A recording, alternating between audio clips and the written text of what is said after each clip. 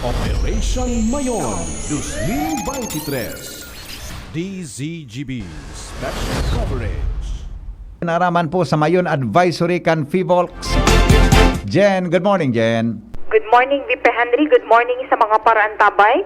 Sa pinakalitas na ipinaluwas kang FIVOLCS ngunya na Hulyo 4, alas 8 ni pagkaaga, na irehistro sa nakalihis na 24 oras ang saro na volcanic earthquakes, 257 rockfall events, anom na dome collapse, pyroclastic density current events, as in sarong lava front collapse.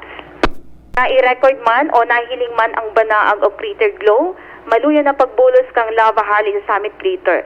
Na-i-record man VP Henry ang daily sulfur dioxide emission kang bulkan, nasa 1,558 ang metrikong tonelada kaini, mantang uminabot naman sa 200 metros ang taas as in napadpad sa west, northwest, and west-northwest direction. Hi, Jen, ang west-northwest direction na yan.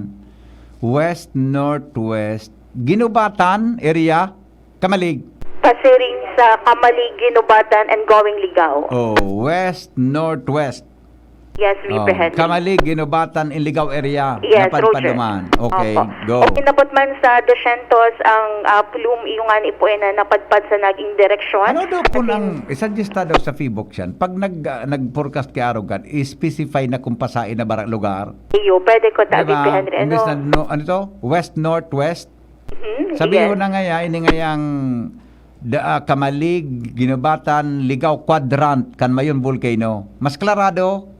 Correct. Diba? At Sige, mas ta. malinaw mananggit po. Isuggesta daw yan sa FIVOLCS, ha? Kung Okay. nadangugunan sa tuyang question, isa ka man yung para sa question.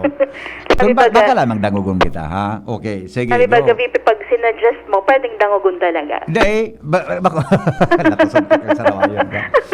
Kung man sana, testing man sana, kung pwede. Okay? Sige, padagos man po ang ground deformation. Sinabi man kang FIVOLCS na very slow efficient ang na-record na lava flow, hali summit crater.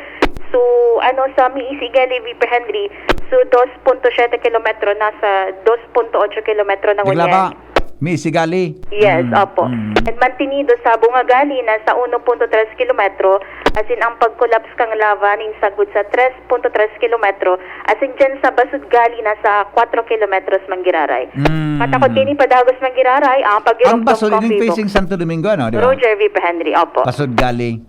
Okay. Padagos Manggiraray ang pag-iromdom kang FIVOLCS sa publiko na mantiniron ang pagiging preparado as in pag-monitor lalo na kang mga residentes na posible pang maapektaran as in kung magpadagos pa ang pagtaas kang abnormalidad kang bulkang Mayon. Pa, Yan, walang VP Henry changes. ang litas sa FIVOLCS.